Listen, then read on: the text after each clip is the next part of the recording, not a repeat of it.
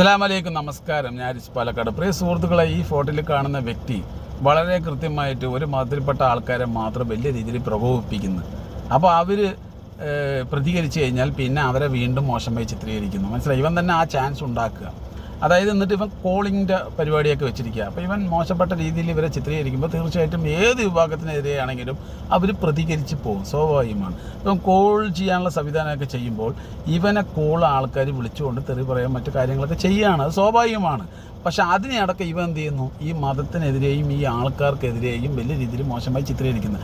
അപ്പോൾ ഇവൻ്റെ പണിയെന്ന് വെച്ച് കഴിഞ്ഞ് പറഞ്ഞാൽ, ഈ മലന്തീനിൻ്റെ പണിയെന്ന് വെച്ച് കഴിഞ്ഞ് പറഞ്ഞാൽ യൂട്യൂബിലും ഫേസ്ബുക്കിലൊക്കെ പൈസ കിട്ടണം. മനസ്സിലായി? ഇങ്ങനെ 1 ലക്ഷം 2 ലക്ഷം രൂപയൊക്കെ ഉണ്ടാക്കുന്നുണ്ടാവും.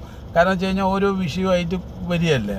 അപ്പോൾ എനിക്ക് പറയാനുള്ളത്, ഈ മതത്തിൽപ്പെട്ട പ്രിയ സുഹൃത്തുക്കളോട് പറയാനുള്ളത്, നിങ്ങളൊരിക്കലും ഇവൻ്റെ കെണിയിൽ പെടരുത്. നിങ്ങളെ പ്രകോപിപ്പിക്കും, നിങ്ങൾ അതിൽ വീഴരുത്. മനസ്സിലായി? വീണ്ടും അവൻ അത് വീഡിയോസാക്കി ചെയ്തിട്ട് വീണ്ടും അവൻ കാശുണ്ടാക്കുകയും അതുപോലെ തന്നെ മറ്റുള്ളവർക്ക് മോശമായി ചിത്രീകരിക്കാനും ശ്രമിക്കുകയാണ്. ഇവൻ ഒരുപാട് ആൾക്കാർ തന്തയ്ക്ക് വിളിച്ചിട്ടുണ്ടാവും. അപ്പം അതൊന്നും കൊണ്ടുവരില്ല.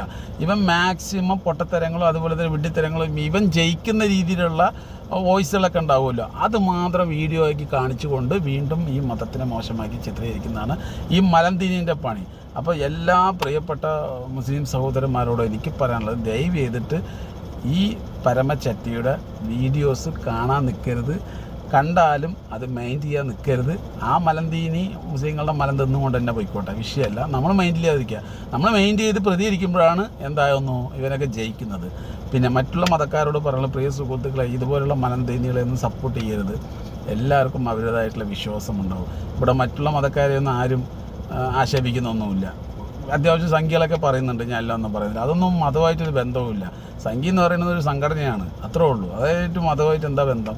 മറ്റുള്ളതൊക്കെ വെച്ച് കഴിഞ്ഞാൽ പച്ചയ്ക്ക് വന്നിട്ടാണ് മതത്തിൻ്റെ കാര്യങ്ങൾ പറയുന്നത്. ഈ മലന്തീനിയൊക്കെ ഉണ്ടല്ലോ. അപ്പോൾ എന്തായാലും എല്ലാവരും ജാഗ്രതയായിരിക്കുക. ഇതുപോലെയുള്ള വിഷജന്തുക്കൾ ഒരുപാട് സോഷ്യൽ മീഡിയയിൽ കടന്ന് കറങ്ങുന്നുണ്ട്. ആ കെണിയിൽ വീഴരുത്. ഓക്കെ.